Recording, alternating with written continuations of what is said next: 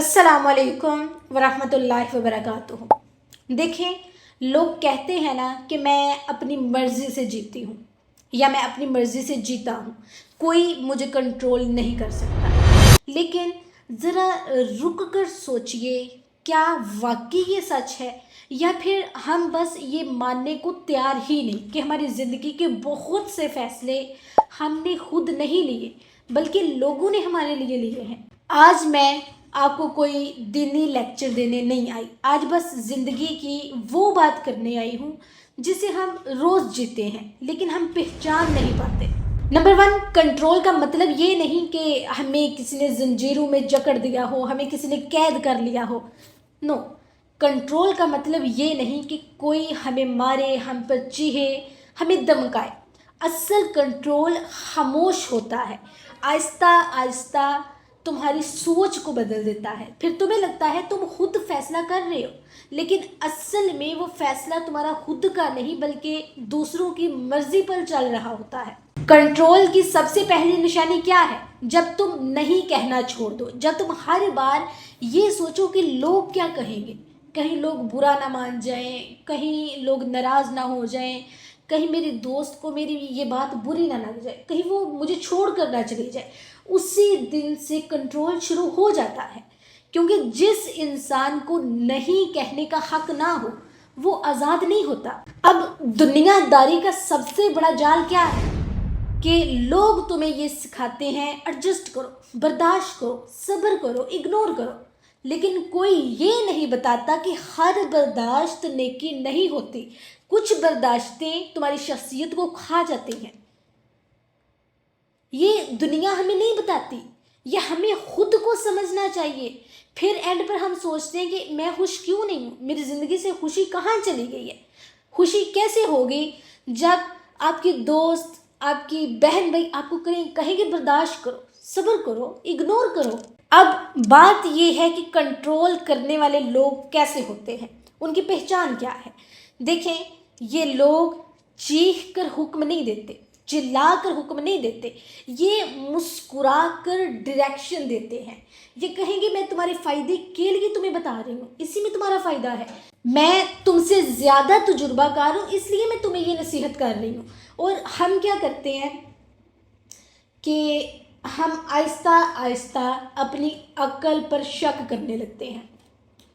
वो क्या कर रहे हैं, वो हमें दुनियादारी सिखा रहे हैं, मुस्कुरा कर डायरेक्शन दे रहे हैं कि मैं तुम्हारे फ़ायदे के लिए कह रही हूँ, मैं तुमसे ज़्यादा तजुर्बेकार हूँ। अब उसका तजुर्बा हमारी ज़िंदगी पर तो नहीं ना हुआ, हमारी ज़िंदगी के मामलात पर तो नहीं ना हुआ जो वो हमें दुनियादारी सिखा रही है, और हम अपनी अक्ल पर शक करने लगते हैं। ये बेशक छोटी छोटी बातें हैं लेकिन इनको समझें, इनका समझना आपकी ज़िंदगी के लिए बहुत ज़रूरी है। अब सबसे खतरनाक कंट्रोल क्या है? जब कोई तुम्हें तुम्हारी ही कमज़ोरियों से काबू करे।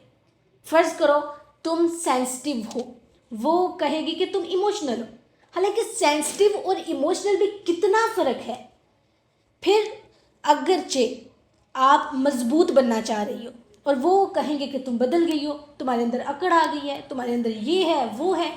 और अगर तुम लिमिट्स बनाओगी, हद मुकर्रर करोगी, तो फिर तुम्हें कहा जाएगा कि भाई ईगो आ गई है, और तुम हर बार हमेशा की तरह अपने आप को ही गलत समझोगी, अपनी ही अक्ल पर शक करोगी, अपने ही फैसलों पर शक करोगी।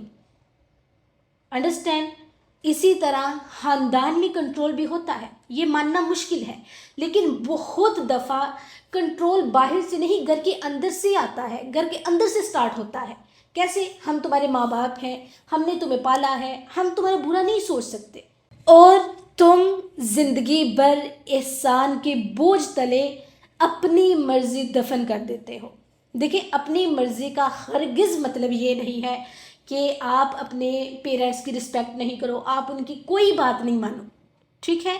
एक इस्लाम के दायरे में रहते हुए जो चीज़ ठीक है उसे ठीक तरीके से चलने दे, ठीक है। इसी तरह है रिश्तों में कंट्रोल। वो एक बहन भाई का रिश्ता हो सकता है, वो एक दोस्त दोस्त का रिश्ता हो सकता है, लेकिन रिश्तों में भी कंट्रोल होता है। कुछ रिश्ते मोहब्बत के नाम पर हमें कैद कर देते हैं। ये रियलिटी है। वो तुम्हें अलाउ करेंगे, तुम हंसो, तुम बोलो, तुम इंजॉय करो, तुम जियो, लेकिन उनकी इजाज़त से। और अगर तुम खुश हो तो फिर भी मसला है, और अगर तुम आज़ाद हो फिर भी मसला है।